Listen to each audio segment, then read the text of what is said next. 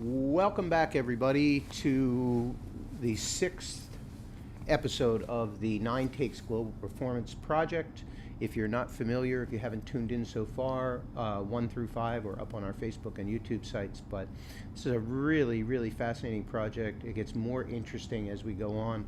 9 composers created their own songs, shared the charts, passed it around the world, and then created 30 to 40-minute videos of them performing all of the songs.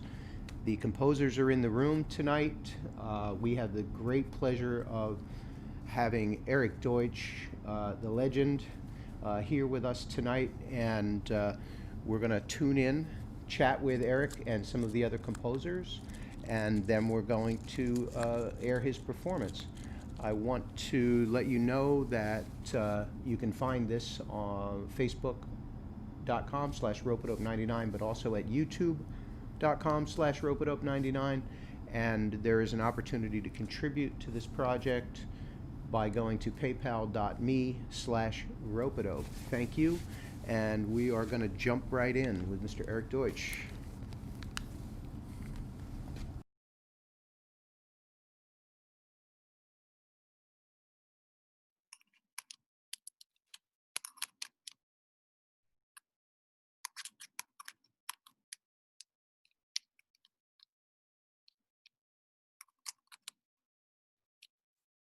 Well, the mic swap never gets easier. Well, as I fiddle with this and try to make this work, I want to welcome to the room the Nine Takes Global Performance Project, Mr. Erik Deutsch from Mexico City. Erik, Hi, how are you? say hello to the crew. I want to talk just for a brief second. A lot of people have long resumes, but I visited your site today, and man, it just goes on and on. You've played with so many of the greats. Leftover Salmon for one, for me, the Chicks, and of course the great Charlie Hunter, which is really saying something. Um, we also have in the room today Mr. Russ Kaplan, who conceived of this project and refers to Erik Deutsch as his mentor. So I kind of want to start there, and I want to know how you two came to know each other and what that's all about. So let's Well, start with, yeah, go ahead. I'll kick it off. Thanks, Russ, first of all, and thank you for the wonderful intro. Russ and I, it's a simple connection. We're both from Potomac, Maryland. We went to Winston Churchill High School together, and I was a year ahead of Russ, and we were intertwined in a number of high school musical activities, such as the jazz band and the select, high-end show choir that we were part of the band for, and then I think some pit orchestra action too. So that's where Russ and I met, and we continued our relationship in college. Russ was at Carnegie Mellon in Pittsburgh, correct? That's right. And I remember rolling in there around 97, 98 with my band, Fat Mama, with Joe Russo and Jonathan Goldberg, among others, and checking in with Russ. And our relationship continued in New York City. You want to take it from there, my man? Sure. Yeah. I enjoyed, keeping up with Fat Mama and other Erik projects kind of as we were doing our own things in college. And then I think I hadn't seen you in a while. And it was just one of those serendipitous moments. I was at the living room, if you remember that place, one night, and thinking I had not taken piano lessons since college. It had been about 10 years, and I was just in that musical place. I was having just that musical identity crisis we all go through now and then. Like, man, I don't know what I want my style to be right now. I need to learn more. What I should be taking lessons again. What do I want to do? And I hear somebody playing in between sets a little bit, just like sound checking. I'm like, oh, right, that's what I want to sound like. And I turn around, and of course it's Erik,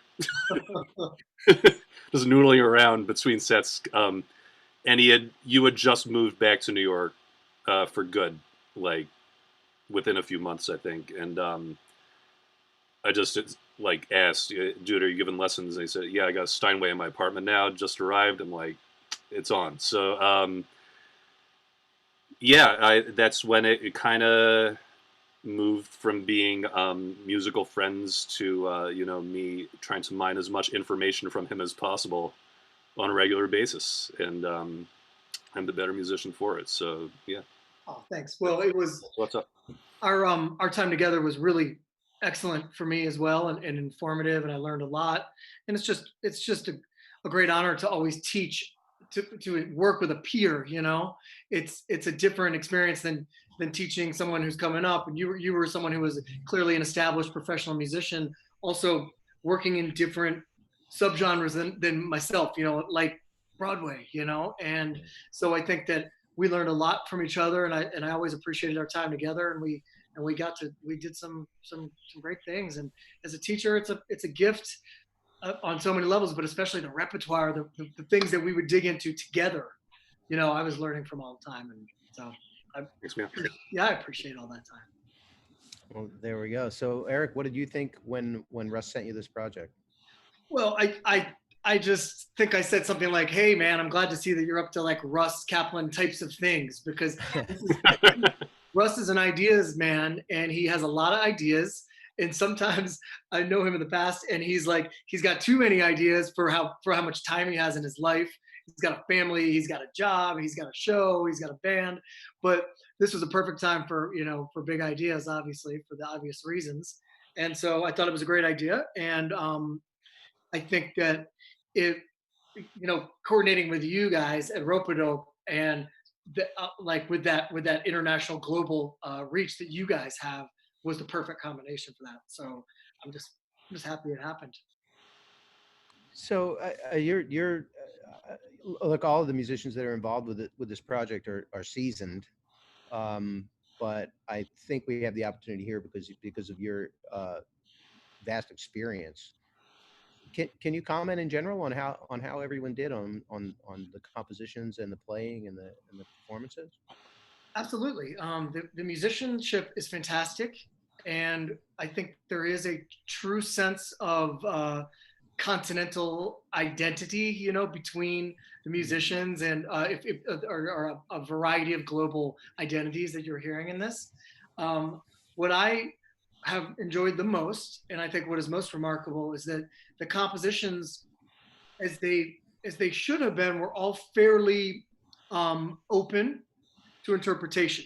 So we didn't have, out of the 9 tunes, we didn't have any that were, you know, specific in ways that were made it, not as open for us to interpret, for each person to interpret. And what you're hearing is fantastic interpretations. I think far beyond what I imagined would happen. But you never know. I don't know any of the musicians except for Russ, so you never know. But sometimes when you hear, when it's a jazz musician thing, you expect jazz, and I think, what we've received is something far beyond that, or maybe more accurately, just accurately embracing all that jazz music is today in the world, which is just an explosion of influences and stylistic nuance. So we've heard, I think, just amazing interpretations. I've just loved going through and watching, and when I get to my tune, just sometimes just being like, God, wow, just really, really a trip, and really enjoyed it to check out. It's a beautiful thing to watch it, and I do share with you that this you can hear about what it is, and you can see a little bit of it, but the more you see, the bigger it gets. It's really something. I'd like to welcome in the room Ernest Ikwanga from Lausanne, Switzerland. Hello, Ernest. And Hi, Lou. Hey. Hi, Luis. And Sawasaraka Yasushi Karasawa from Tokyo, Japan. You are up early.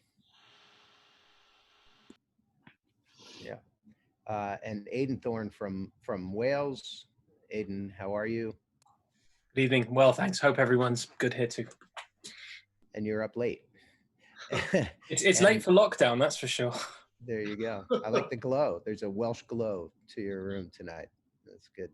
And of course, here in Philadelphia, Mr. Fabian Brown resident musician who might have some questions here for Eric and Russ in this process. Fabian, how are you? Awesome. I'm doing good, and always thanks, guys. Eric, nice to connect with you for the first time, and Yeah. I just love listening to what you had to say. From the history of you and Russ's background to to the evolution of you, mentoring, teaching. I mean, that's just a fascinating story in and of itself. But let me redirect the conversation to this piece and this composition and your inspiration for it, man. I got to be honest, Eric. For me, it's been a lack of inspiration for these past 3.5 4 months, whatever it's been.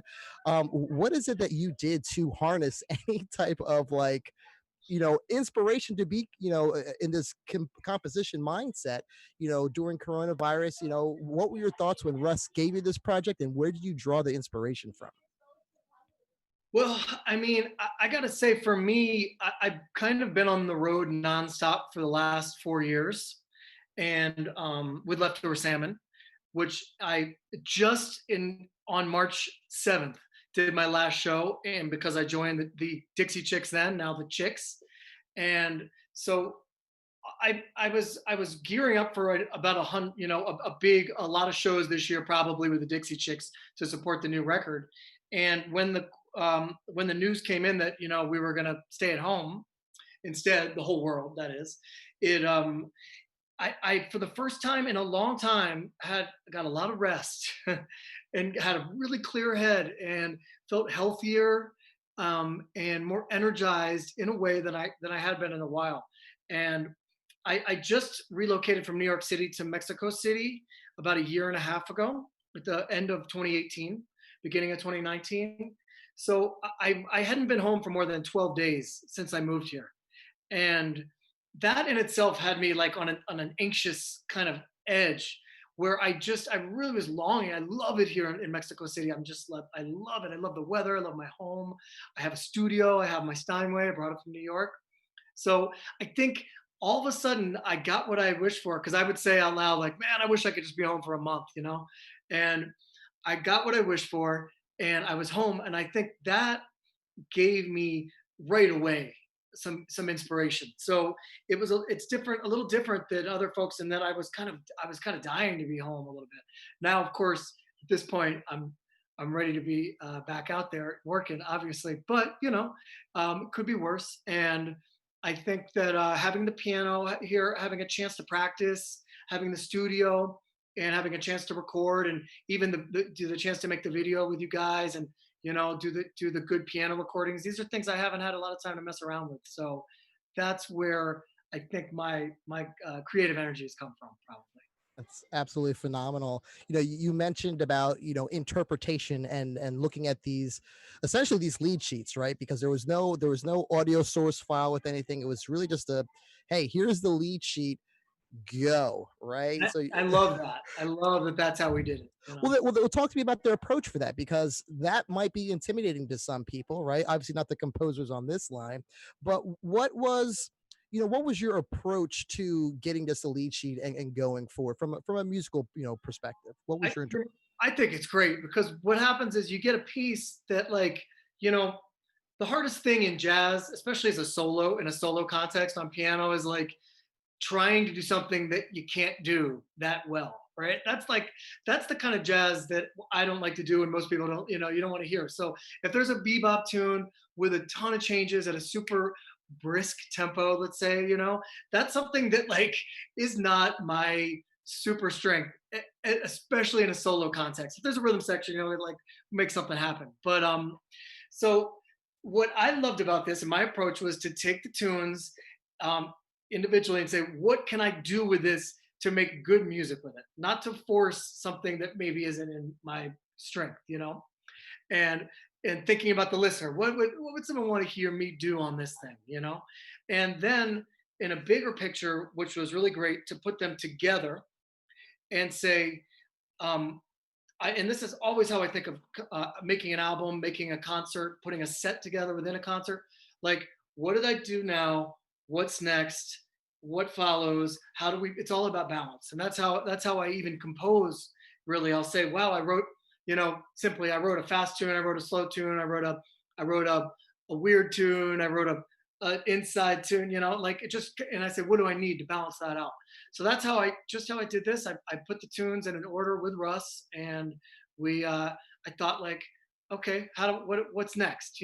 What's the space I haven't gone to yet, and what can I do with this one? So that it made the songs, it makes it more fun for me because I feel like I'm doing my best on every piece that I can do. That's amazing. Can I squeeze one more question in? Is that okay before we go to the Yeah, go music? for it. You talked about, from the listener's perspective. Can you share with us, for the fans, what they should be listening for in your composition and in the interpretations of other compositions? What should they be great? What's that one little nugget, that one little gem that fans should be listening out for? Oh, I don't know. That's a hard question. One little gem.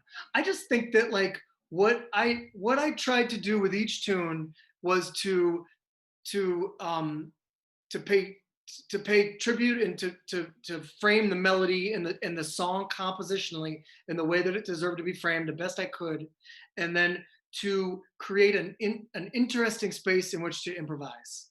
And that's what I did with each tune. So I think like I tried to get the essence of a song and then create not only an interesting but a unique space in comparison to the other songs. So hopefully that's what we hear is nice balance and opening into kind of unique worlds as the set goes on. I love it. Well, that's a lot of clarity and context. Lewis, I'll bring it back over to you. That was beautiful. I want to remind people that you're watching the 9 Takes Global Performance Project. This is day 6, and we are about to hear and see Mr. Erik Deutsch interpret all 9 tracks. Let's jump in.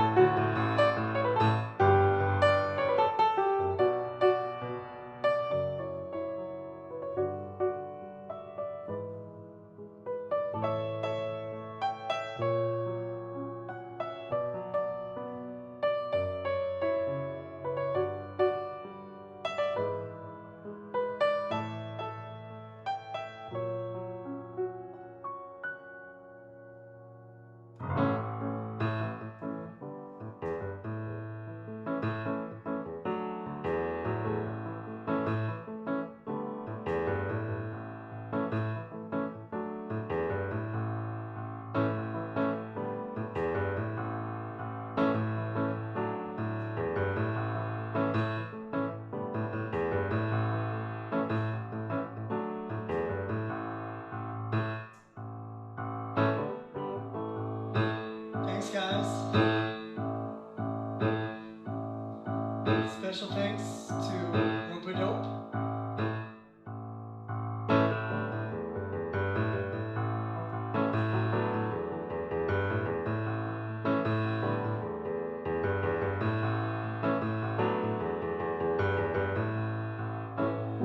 And Russ Kaplan for putting this nice concert series together and bringing these really, really cool, really unique composers from all over the world join as one in cyberspace.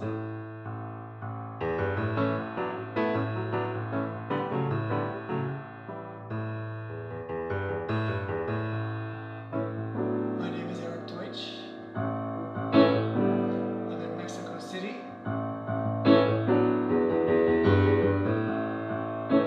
And it's been a pleasure.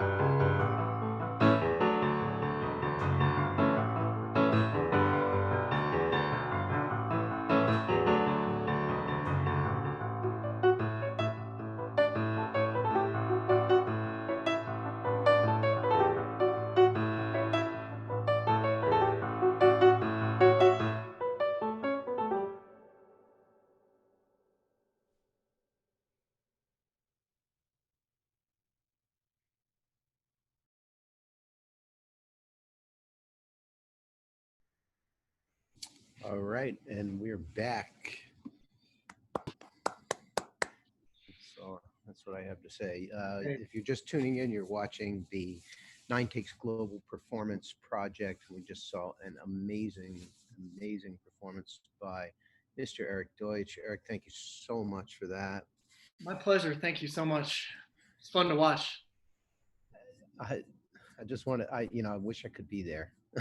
Just, I felt like I was as close as I could get. But just want to remind everybody that we're going to chat a little bit more, but this is the Nine Takes Global Performance Project. And each day, one of the 9 composers that were assembled by Mr. Russell Kaplan will air their version of 9 tunes that were written during the pandemic.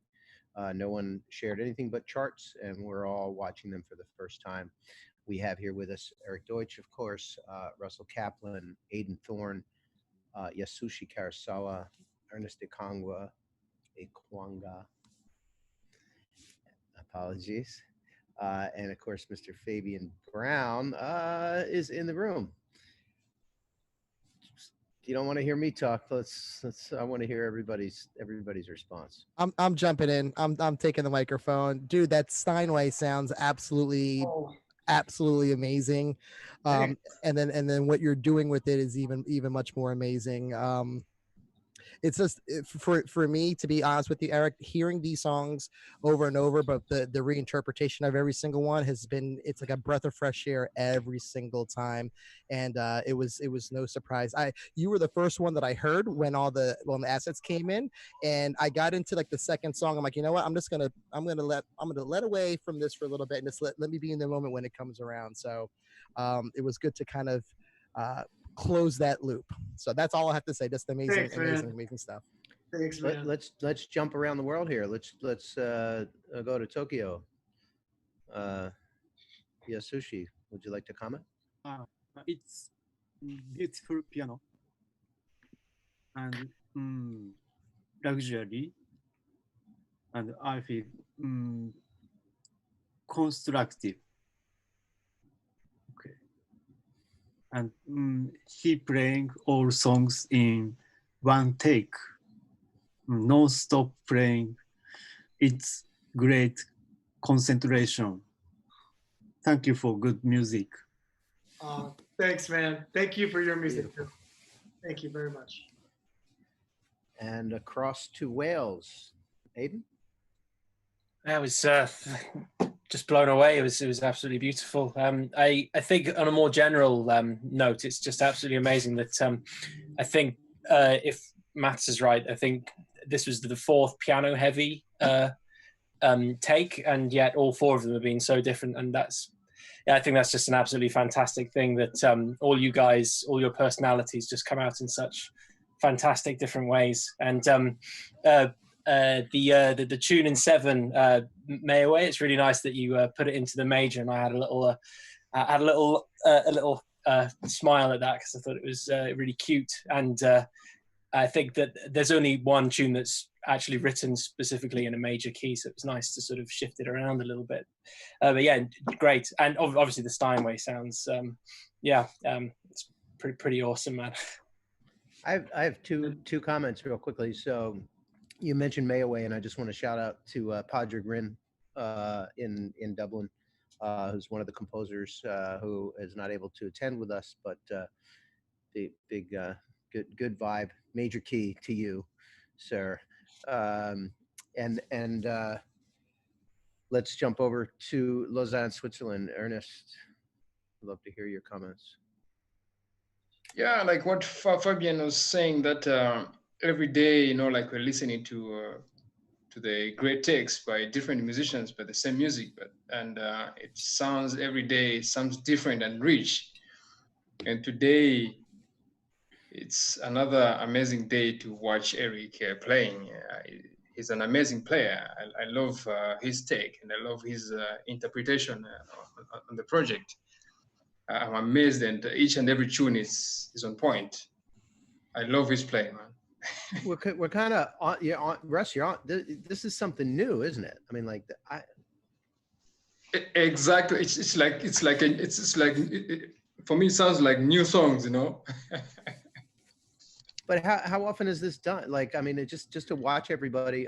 First of all, for me, the most exciting part is seeing people from around the world in the same room, all sharing information at such a crazy time in our lives. But I don't, I deal with recorded music fairly often, and improvisation, and spontaneous work. But this feels like something on a complete new level. Is it what you expected, Russ?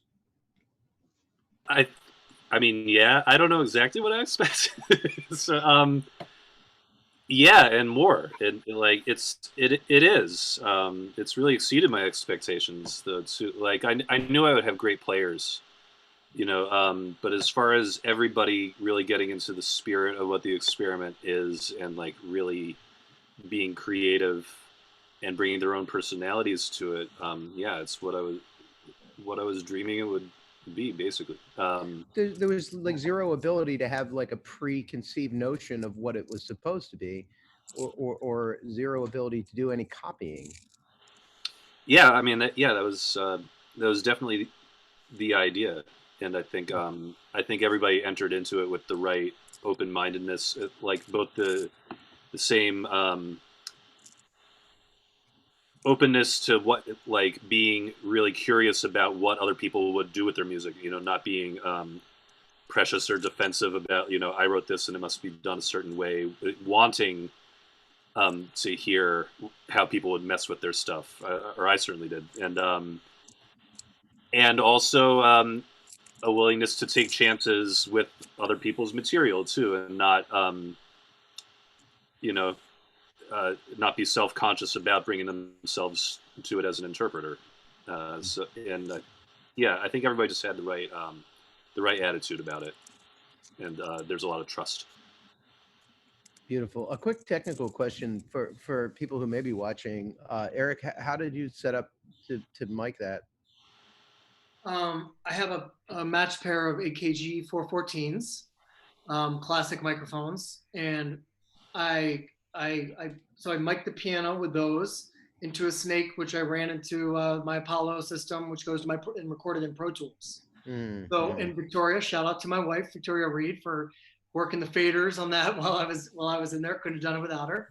And beautiful. Then obviously set up the camera on the iPhone separately, and added a little mix to that recording. And you guys did the magic of lining up the video. Beautiful, beautiful. Well, I want to remind people who are watching that you can support this project by going to paypal.me/ropeadope. If you want to designate a particular performer, please do. Um, all of the previous 5 episodes are available at our Facebook and our YouTube channels, and we have a couple more days to go. Pull up the schedule here because I don't remember. Coming up tomorrow, 9 a.m. Eastern, which is UTC -4. It's Aiden tomorrow, I think. Yeah, I have Yeah, the it's I me. have It's the, I me. have the different list. Aiden Thorne from Cardiff, Wales. I'm going to go to the eye doctor at 8 o'clock, and so I'll be ready for a sound check. And then on Wednesday morning, 9 o'clock Eastern time, which will be, I suppose, 11 o'clock Australia time. That night, Alexander Flood from Adelaide, Australia.